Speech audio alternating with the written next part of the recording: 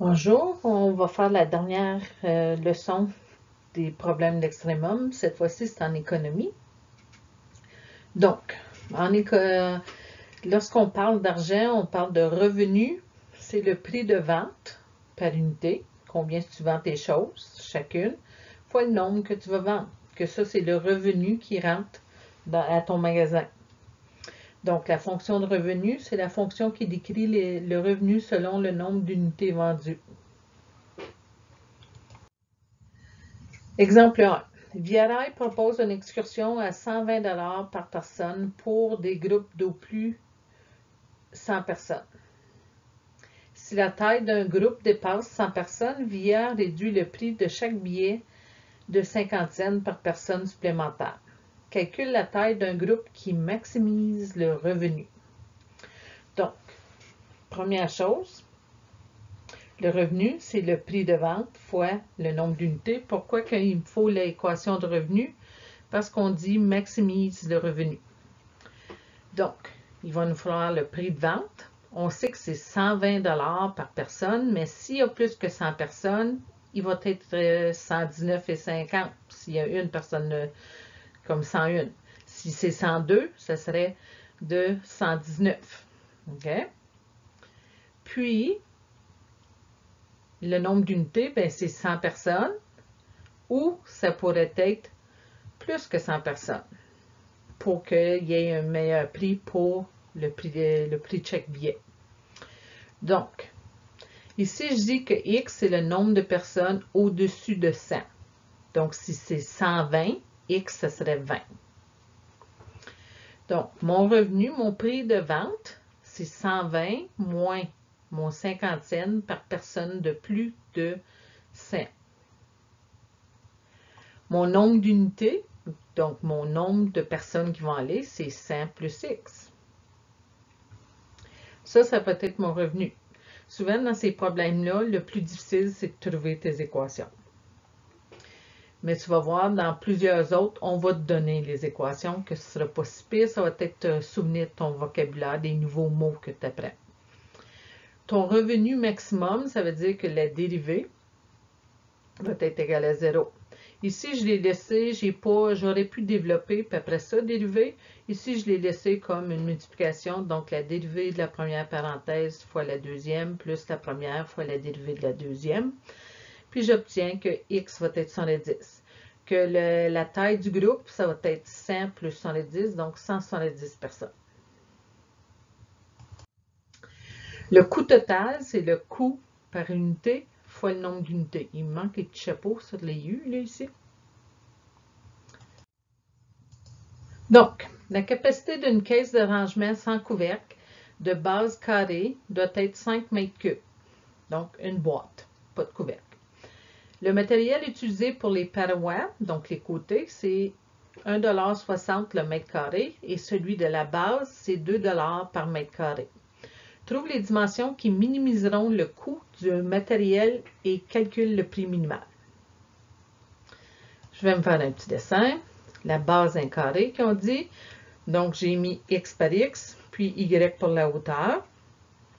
On dit que 1,60 $ par mètre carré pour les côtés, l'air par mètre carré, donc l'air des côtés. Puis, le X par X, lui, est 2 $ par mètre carré. Le fond. Donc, je vais me faire une équation qui, le coût, okay, qui minimiseront le coût du matériel. Pour le coût du matériel, j'ai fait mon V avant, mais juste une minute. Ici, mon coût du matériel, c'est l'air des côtés fois 1,60 plus l'air du fond fois le 2 $. Si j'ai fait l'air des côtés, il y a 4 côtés de XY à 1,60. Puis le fond, c'est x carré fois 2. Ici, quand tu arrives à ça, tu réalises que tu as deux variables. Donc, ça ne marche pas. Donc, c'est de là, le 5 mètres cubes, c'est avec ça qu'on va pouvoir faire notre équation de contrainte. Que le volume de ça, c'est x carré fois y fois 5, qui donne 5. Je vais isoler mon y, parce qu'il est plus facile à placer ici, à remplacer. Sans ça, le x, il faut que je le remplace à 2 places. Donc, c'est 5 sur x carré. Je remplace, ça me donne 32x à la moins 1 plus 2x carré. Le coût doit être déterminer des dimensions qui minimiseront le coût. Donc, il faut que ce soit minimum. La dérivée va donner 0. Je dérive. Je vais trouver x est égal à 2 mètres. Donc, j'ai les dimensions pour le bas. Il me reste la dimension pour le y. Je fais 5 sur 2 au carré. Ça me donne 1,25 mètres. Le prix minimal aussi qu'on m'a demandé, je pense que j'ai oublié de le calculer. Donc, je vais juste le faire ici.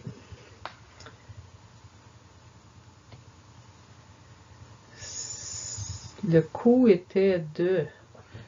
Juste un instant, je vais retrouver ma feuille.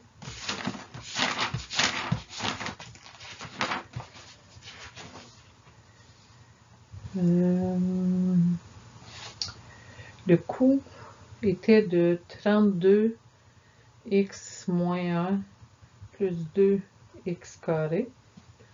Donc, on a trouvé que le x était de 2. Si je trouve mon coût, c'est 32 sur 2 plus 2 fois 2 au carré, qui me donne 16 plus 8, qui me donne 24 $.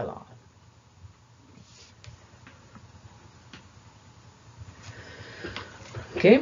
Après ça, coût fixe, il existe même si rien n'est produit. Exemple, le loyer. Donc, si tu as une petite compagnie, même si tu ne produis pas, pareil comme là, durant le virus, tu as des compagnies que, ben, ils produisent pas rien, mais tu as des coûts comme le loyer, le chauffage, parce que tu veux pas que ça gèle, okay, qui existent quand même. Que même si il n'y a rien qui arrive, ça, ils doivent le payer pareil. Les coûts variables, ça va dépendre combien est-ce qu'ils produisent de certaines choses. Donc, le coût des matériaux, les salaires, dépendant combien de monde qu'il faut que tu payes, dépend du nombre d'articles de produits. Donc, le coût total, ça va être les coûts variables plus les coûts fixes.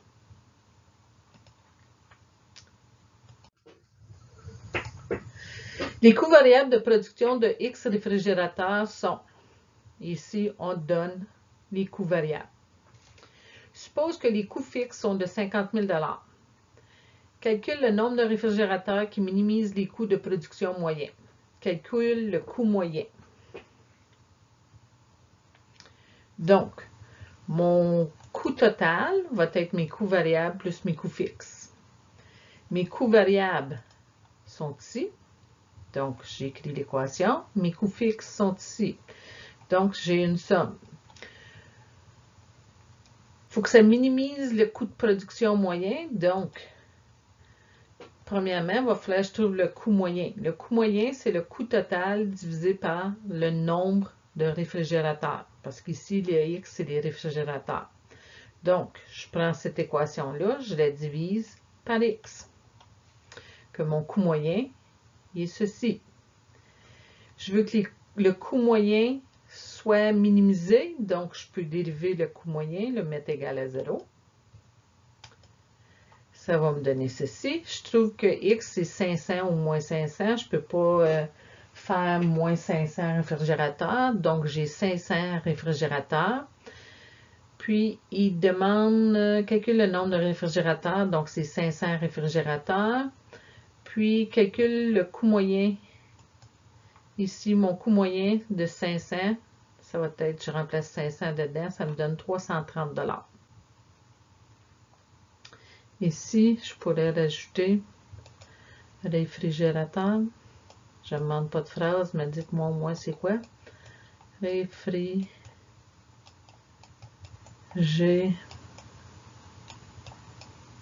OK. Le coût marginal, quand on dit c'est quoi le coût marginal, on veut la dérivée du coût par rapport à X. Le revenu marginal, la dérivée du revenu par rapport à X. Le bénéfice marginal, c'est les profits, la dérivée du profit par rapport à X. Donc, aussitôt qu'on met marginal, ça veut dire fait la dérivée. Ton profit, c'est les revenus, donc l'argent qui rentre, moins qu'est-ce que ça t'a coûté pour le faire. Exemple 4.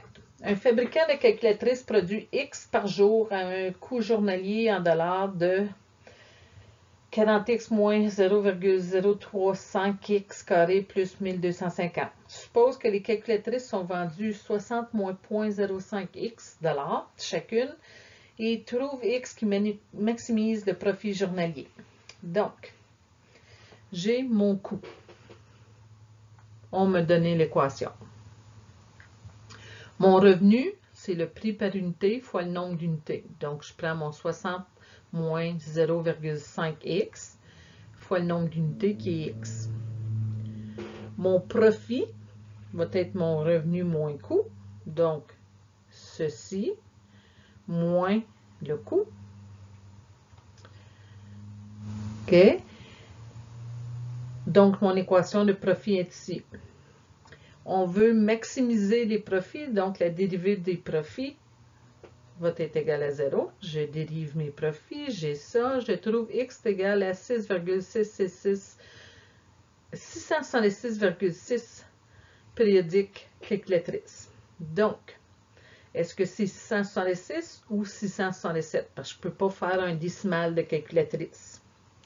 Je vérifie les profits pour les deux. Il y a 0,5 cents de différence, donc 667 va être... Excusez, j'ai mal fait ça. 667 va être mon nombre de calculatrices. Je vais le faire ici. Puis ça va me donner 26,65.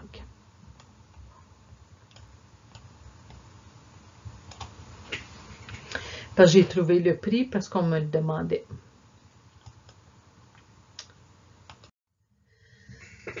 Les devoirs pour cette leçon-là sont là.